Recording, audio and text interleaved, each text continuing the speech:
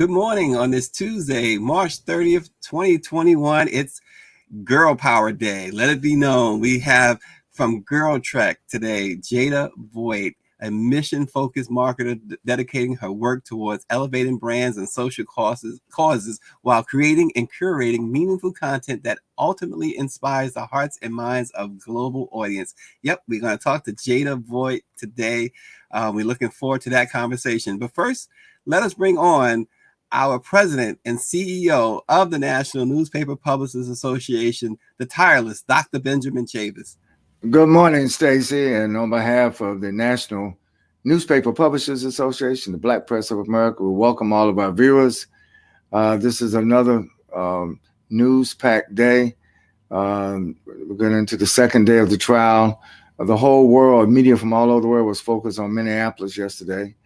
The opening remarks from both the prosecutor and the defense, and of course, Reverend Al Sharpton, the family of George Floyd, the great attorney Benjamin Crump had a press conference and a kneeling before time.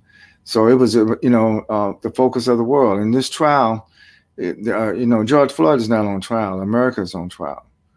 The police officers on trial. The whole criminal justice system is on trial. And my colleague at the NAACP, Derek Johnson, the president and CEO, said that breathing is on trial. Whether or not you can breathe is on trial. Yeah. And it's so true. So there's a lot at stake. And of course, we're going to be covering it every day. But thank you for getting up every morning, Stacy, and having this program. You're letting the world know that it can be, let it be known from the Black press. Absolutely. And speaking of the first day of testimony in the trial of Derek Chauvin, Jenna Scurry, a 9/11 dispatcher who watched George Floyd's encounter with police unfold on a fixed police camera, was the first witness to take the stand on Monday. She said she knew something was wrong. And moreover, the fact that George Floyd went from the back of the squad car to the ground and officers had not requested additional assistance worried her. She said that George Chauvin pinned George Floyd down so long that she thought her video was frozen.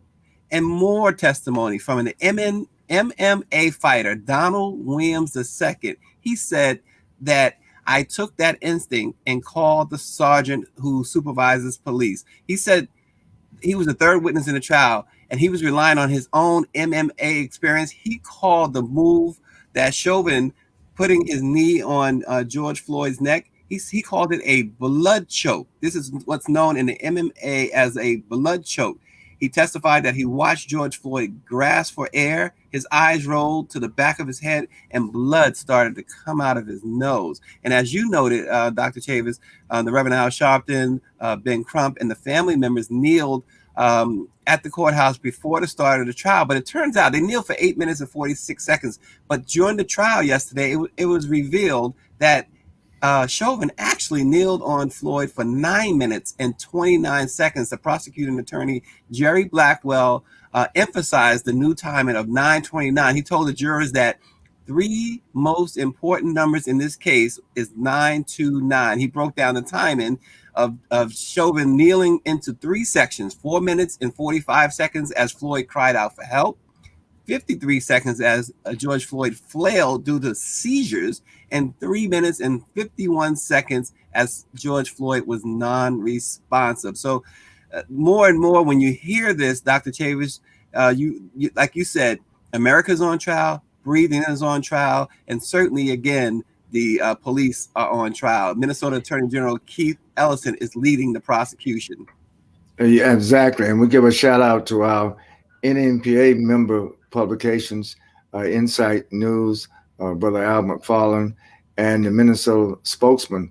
They're really doing a great job covering the trial. Our local NNPA black-owned newspapers in Minneapolis. We're very proud of their leadership, and we are also taking their feed as we broadcast to our other publishers around the world. Absolutely.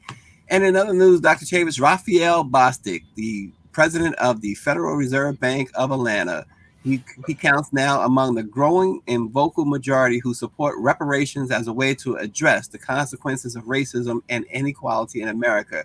Bostic said on Monday that there are definitely merits to it in the sense that if people have been harmed by laws, then there should be a discussion about redress. He says the legacies of past racism are still present in our society. Bostic in 2017 became the first Black president of a regional Fed bank. He says we have to think about what things are necessary to offset the impacts of those old systems that still flow through us. So another call, Dr. Chavis, for reparations. Absolutely, and this will help boost HR 40, the bill that it's in the Congress of the United States, sponsored and led now by Sheila Jackson Lee, Democrat from Houston, Texas. And to all of those sponsors and to all those members of Congress who've already signed on the bill, now's the time to push for reparations. Yes, I want to say good morning to Michelle Madison, Joni King, Norla Justy, and of course, Bobby Henry and Annette Phillips, and all those watching this morning. We continue with Women's History Month, and we're going to be talking girl power with Jaida Vaught of GirlTrek. We now welcome Jaida as we talk about GirlTrek and other women empowering initiatives. Good morning, Jaida. Hi, good morning. So happy to be here. Good morning, Sister Jaida, and best wishes to you. And we're so proud of your work with GirlTrek. Thank you. Thank you. It's an honor. And we have been really, really busy over the past decade. I can't wait to talk about it. Well, let's get started then, Jaida. First of all, for those who may not know, give us a brief overview of GirlTrek. Sure. Well, so first, my name is Jaida Vaught, and I serve as Chief of Marketing and Strategic Partnerships for GirlTrek, which is the largest public health nonprofit for Black women. And we practice radical self-care through the daily act of walking. And now we are officially 1 million Black women strong, actually 1.2. We hit that huge milestone back in November of 2020. And so we're really excited. We're incredibly excited. And we know that there are, there's power in numbers, right? There's power in numbers. And not only for the women, right, that are a part of this movement, but also the data that we've collected along the way. We know that women, our members aren't taking as much medication, that they're losing weight, that they are improving their overall mental, emotional, and physical wellness. Yeah, and Jaida, that's an amazing point, because when you say they're not having to take medication, they are exercising, they're walking, they're losing weight, and then you mentioned the mental aspect of it. All that ties together, doesn't it? Absolutely, absolutely. We know that walking is like one of the most life-saving habits you can even adopt, right? 30 minutes a day, 5 times a week can quite literally save your life. And it has for our women. Wow. And Jaida, over 1 million women now. Tell us a little bit more about that. How long has GirlTrek been around? And to reach that milestone, talk about that a little bit. Sure. Well, let me just say this. GirlTrek has been around for a decade. So this is not some sort of fly-by-night, organization or, fitness program. GirlTrek started with 2 brilliant women, our co-founders, Morgan Dixon and Vanessa Garrison. And they, quite simply put, they were sick and tired of Black women and their family dying. Black women are dying faster and younger than almost any other demo in the country. And fundamentally what GirlTrek is, we're a grassroots organization. We are Black women all across this country, all across really the world, that are meeting up, right? 5 times a week. We call it Superhero Saturdays. We meet up in our neighborhoods, on our blocks, and we support and embrace one another, right? We're walking together. And as we're walking, one of the things that I really love about walking is that it's almost like a meditation. It's a moment to sort of take in your surroundings. And as you know, when Black women walk, things change, right? And so as we're walking around, we're taking notice of how much green space or lack thereof that's in our neighborhoods, or where's the closest grocery store and things like that. And so that is what GirlTrek is. That's how we started. Now, you might imagine that 2020 really shook all that up because there was a whole pandemic that happened and continues to happen. So we had to make some pretty massive pivots within our programming to support and serve Black women. You know, Jaida, when Black women breathe, things change for the better. So, amen to that. Amen to that. Dr. Chambers, I'm gonna throw it to you. Well, thank you. And Jaida, GirlTrek has not only made this great milestone, over 1 million members. You're the largest grassroots one of the largest grassroots organizations in America. That's quite a milestone to achieve. One of the things, how do you also encourage the women in GirlTrek to vote, to get involved in civic engagement? I know if it wasn't for some strong sisters in Georgia and other places, that's right, our whole politics would not be what it is today. So comment on the social justice aspect of GirlTrek. Yeah, thank you for that question. So last year, we reactivated Black Girl Justice League, which is the largest voter mobilization effort led by Black women. And we mobilized all across the country. We knew that we needed to show up. We know that Black women do show up. And we were specifically in the battleground states, right? We were in Georgia, we were in Pennsylvania, we were in Ohio. And what we did was not only were we encouraging Black women, Black families to get out and vote, but we set up GirlTrek care stations. We knew that the lines were going to be long. We were very aware that voter suppression was happening across this country. So we had care stations, we had water and snacks, and just, you know, trying to be there as sort of a cheerleader and support system for the people that were standing in line. Wow. And part of, you mentioned having water and snacks, part of that suppression law in Georgia now prohibits the distribution of water or snacks to voters. I see you shaking. Yeah. I mean, they try to stop us, but they can't stop, won't stop. You know what I'm saying? Oh, absolutely. Jaida, you've run a couple of marathons, I understand, and you run some 10Ks. Was that born from walking a lot? I mean, we're talking about walking in GirlTrek. What's the connection there, if any? Actually, I probably did things a little bit in the reverse. So at my former job at St. Jude, we had a lot of marathons. I think they still likely will in the future, but that is how I actually got into running. So I ran my first half marathon. And then of course, once I did a half marathon, I was like, the next thing I got to do is actually run a marathon. And so I have sort of been just an avid runner ever since, but I'll tell you what, since joining GirlTrek about 2 years ago, I have really embraced walking, and sort of kind of what I alluded to earlier, where, when you're running, you're like basically out of breath. Like for me, I'm trying to hit a certain time.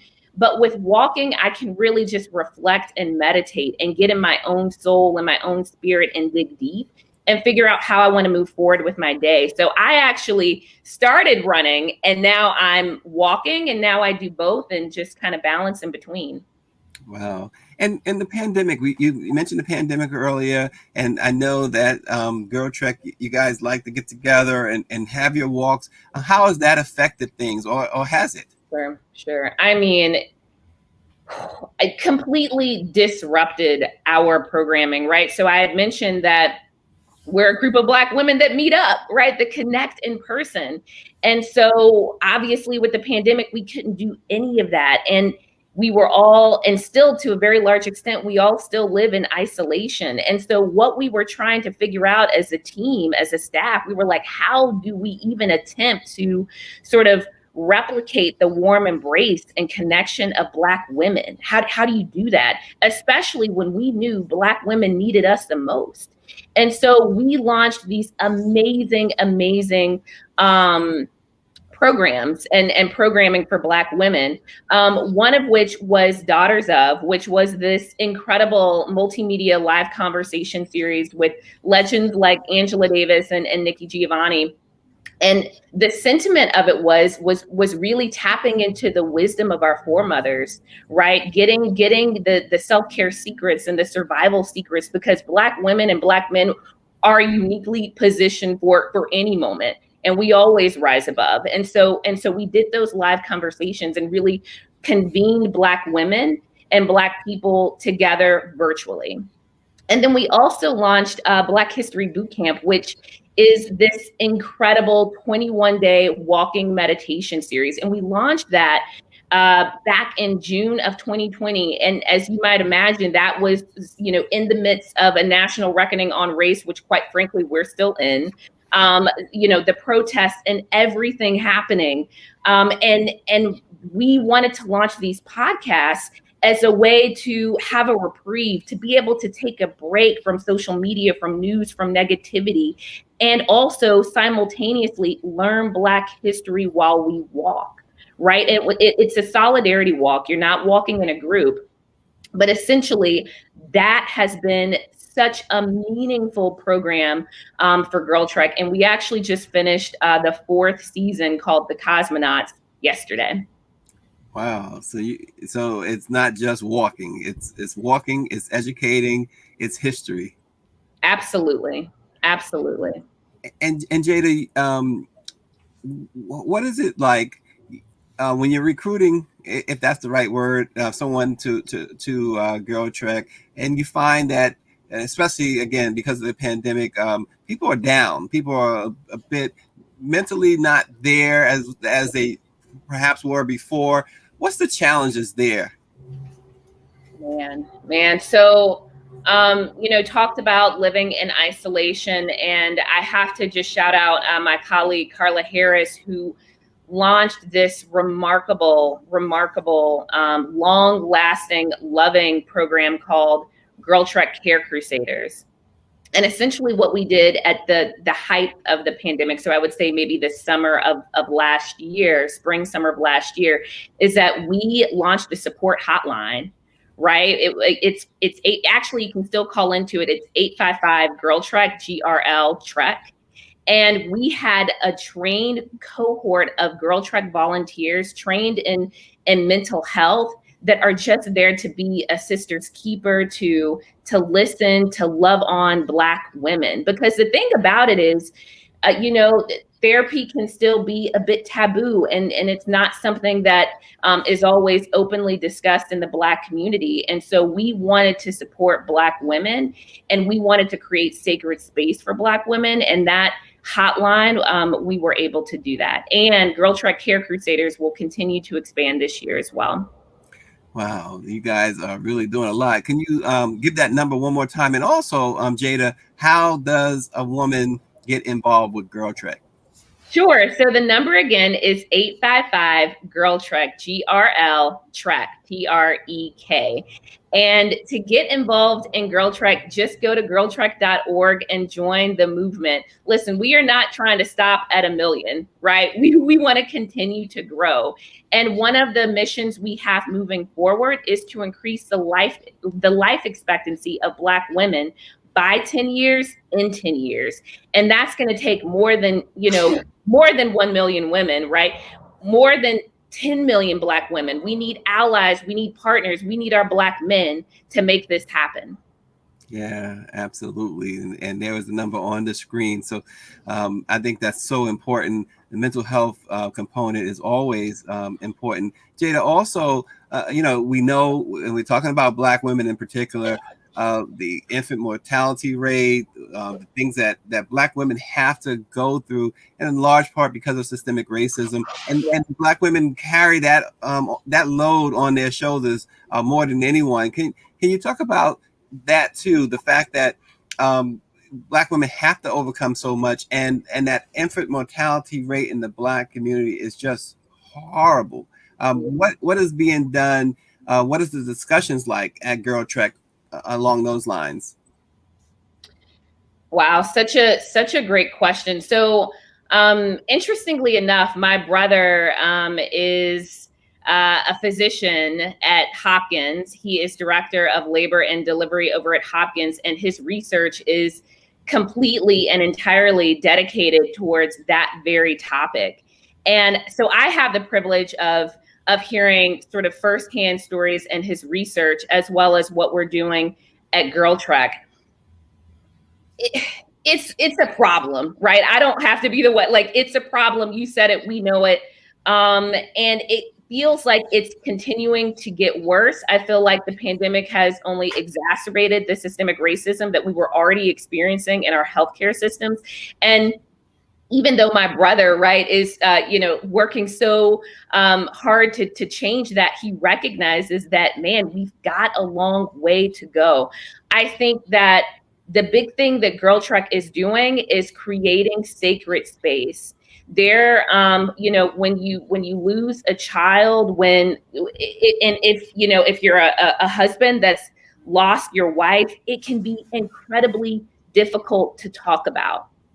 Right. It's almost that you want to shut no one should ever have to lose a child.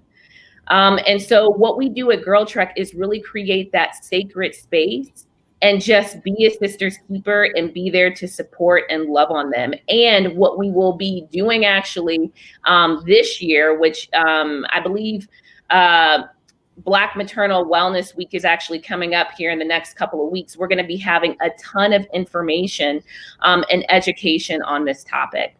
Wow, Dr. Tavis, GirlTrek is there for it all.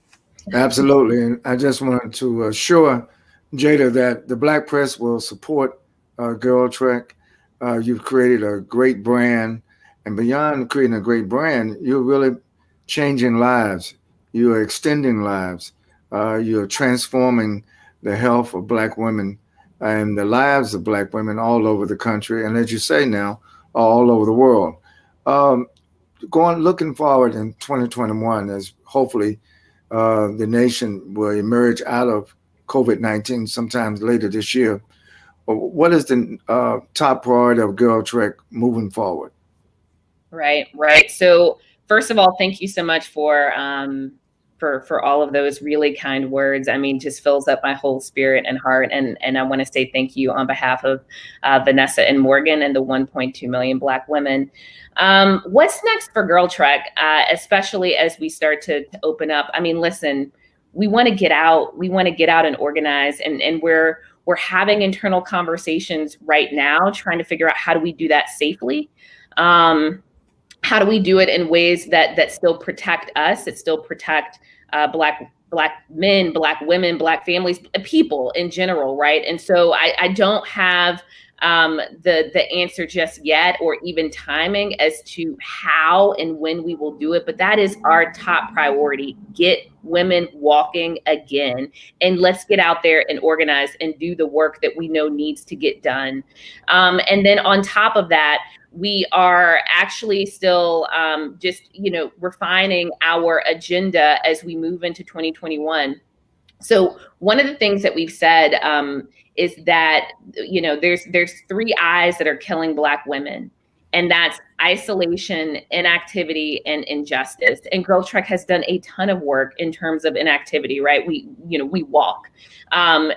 And we've also done a lot around isolation. We have these amazing events in person that we haven't had a chance to do, but hopefully we'll be able to do soon. But we've also had a lot of virtual events. I just mentioned Daughters of Conversations, as well as Black History Boot Camp.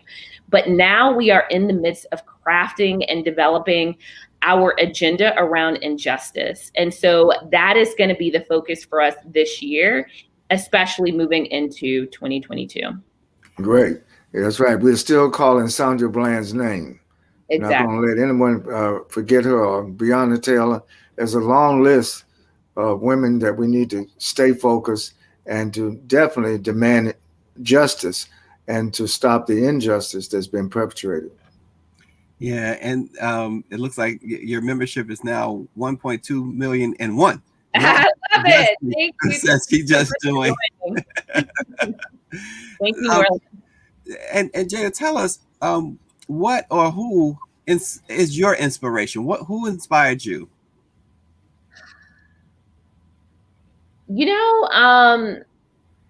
As you ask that question, I have to tell you that the first person that is coming to my mind right now is actually my dad. And so bear with me, I'm going to go sort of on a tangent, but my father, first of all, I feel incredibly honored to have the 2 parents that that I have, right? Just loved me, my brother, supported us, thought that we were the best kids in the world, and continue to believe that. And one of the things that my father always told me was to hold your head up. And that might seem like such a small, sort of minute thing, but in fact, it's so big. It's so impactful, and it's something that sits with me every day. And I'll tell you, the memory that I'm actually recollecting is preparing for Easter speeches. And I remember having to prepare for my Easter speech, both me and my brother, in the living room in this like shag, like brown carpet or whatever as a kid. And there I would be like practicing my Easter speech as a little girl. And I'd kind of be kicking my toes around and like doing this sort of thing. And my dad would look at me and said, and say, hold your head up. And that is just something that I take with me with any presentation. And shout out to Black churches that are preparing our babies for public speaking. Let me just say that. My speech was, I just want to say Happy Easter Day. That was my first speech ever. But my dad telling me to do it with your head held high is something that I take with me always. And it inspires me all of the time. So right now it's my loving father. Well, awesome. Dr. Chavis, I'll give you your closing thoughts. I just want to thank Jaida, and I also want to thank Jada's father for telling her to hold her head up, because now Jaida has 1.2, 1.3 million women holding their heads up. Wow. And when African women hold their heads up, the whole village is lifted up. Absolutely. Jaida Vaught of GirlTrek, we so appreciate you as we continue our Women's History Month with great guests like yourself. We really appreciate you. Our Women's History Month shout out this morning goes to Misty Copeland. The ballerina extraordinaire Misty Copeland has become an icon in the world of dance. She was the first African-American woman to become a principal dancer in the American Ballet Theater. Born in Kansas City, Missouri, and raised in San Pedro, California, Misty Copeland began her ballet studies at the late age of 13. At 15, she won first place in the Music Center Spotlight Awards. She studied at the San Francisco Ballet School and American Ballet Theater's Summer Intensive on full scholarship. She was declared ABT's National Coca-Cola Scholar in 2000. She has worked with many charitable organizations, and she is dedicated to giving of her time to work with and mentor young girls and boys. In 2014, President Barack Obama appointed Misty Copeland to the President's Council on Fitness, Sports, and Nutrition. Misty Copeland is the author of the New York Times bestselling book, Life in Motion, and she has a picture book titled Firebird. She received an honorary doctorate from the University of Hartford in November for her contributions to classical ballet and helping to diversify the art form. Through her graceful form of expression, Misty Copeland continues to be a role model for all girls of color. We shout out Misty Copeland. Let it be known, in the words of James Baldwin, not everything that is faced can be changed, but nothing can be changed until it is faced. We are looking forward to seeing you tomorrow.